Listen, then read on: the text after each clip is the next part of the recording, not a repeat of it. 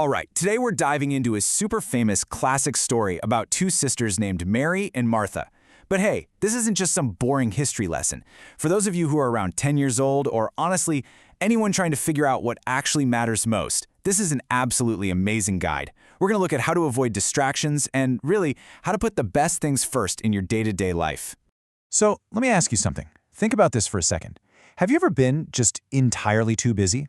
Like maybe you had a friend coming over to play, right? And you spent so much time frantically cleaning up your room, setting up all the coolest toys to impress them, and running around getting the snacks perfectly ready, that by the time they actually knocked on the door, you were completely exhausted.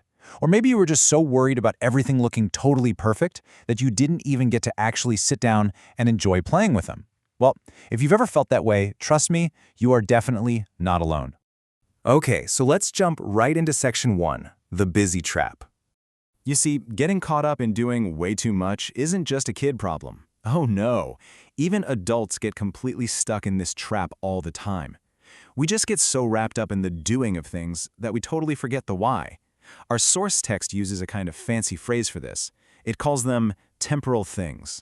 It actually says that people lose out on amazing knowledge because of their, quote, bustling activity in temporal things. So, what does that actually mean for you?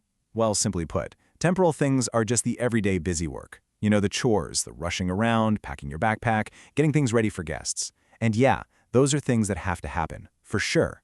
But they are temporary. They are not the absolute most important things in the entire universe. And sometimes, well, sometimes they can become a really massive distraction.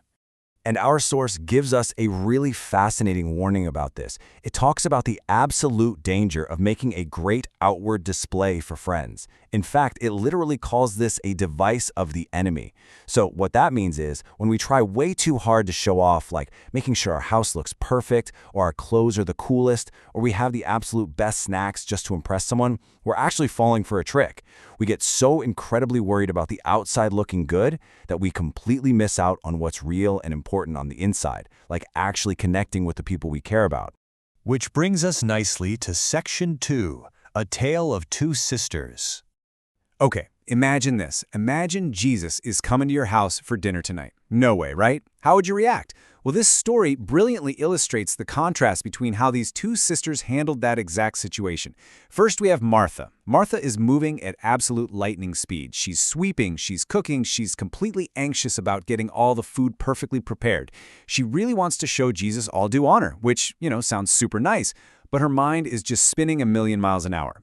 Meanwhile, you look at Mary, and she's doing the exact opposite. She is just sitting calmly right at Jesus' feet, totally focused, catching every single word he says. She's not rushing around at all, she's just listening. Now, as you can probably guess, Martha's crazy busyness didn't exactly make her happy. Actually, our text tells us she got offended. She's working so hard in the kitchen, sweating over the stove, and there's her sister, just sitting there. Martha got so irritable from all her rushing around that she actually marched right up to Jesus, the guest of honor, mind you, and complained. She basically said, "Lord, don't you even care that my sister left me to do all this serving alone? Tell her to help me." She honestly thought her busy work was the single most important thing happening in the whole house. So, how did Jesus react? Let's take a look in section 3, the better part. So what happened next? How did Jesus react to Martha being so frustrated and, honestly, a little bossy? Well, here is exactly what Jesus said to her, straight from the book of Luke, chapter 10, verses 41 and 42. He said, very gently, "Martha, Martha, thou art careful and troubled about many things, but one thing is needful, and Mary hath chosen that good part which shall not be taken away from her." I mean, just think about how kind but firm that is. Jesus didn't yell at her, but he did point out that she was way too troubled by all her chores. He told her that out of all those million things she was doing, only one thing was actually needed right now. And Mary? Mary was the one who made the right choice. But what exactly did Mary choose, right? What did Jesus mean by the better part? Well, our source explains it wonderfully. The better part means choosing to learn of Jesus and to appreciate his words. Mary decided that giving her full, undivided attention to the Savior was way more important than preparing some fancy meal. By stopping all her busy work just to listen, she was actually showing her deep love for him. And honestly, here is the really sad part about Martha's choice. The text emphasizes that because of all her bustling activity, because she was so completely focused on the food and making this perfect outward display, she totally missed out. She lost what the source calls the most precious, golden moments of instruction from his divine lips.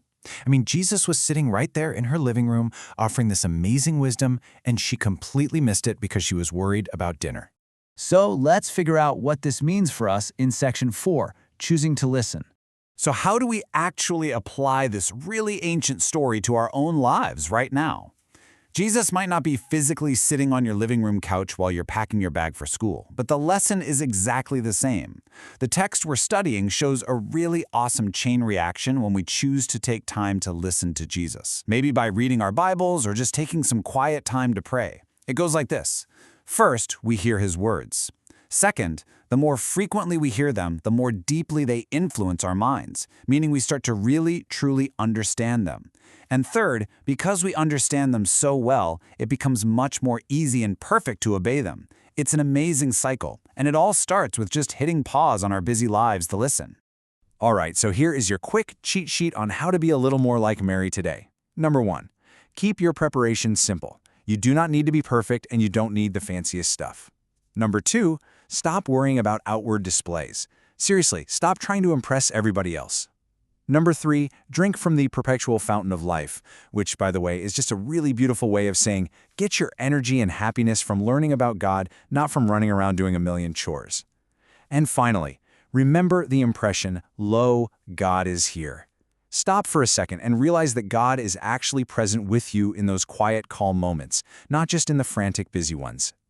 So think about your schedule today. Think about your schoolwork, your chores, your friends, and all your hobbies. Amidst all of that busyness, what better part will you choose today? Are you going to be a stressed out Martha, running around worried about getting everything perfect? Or are you going to find a few golden moments to be a Mary and just listen?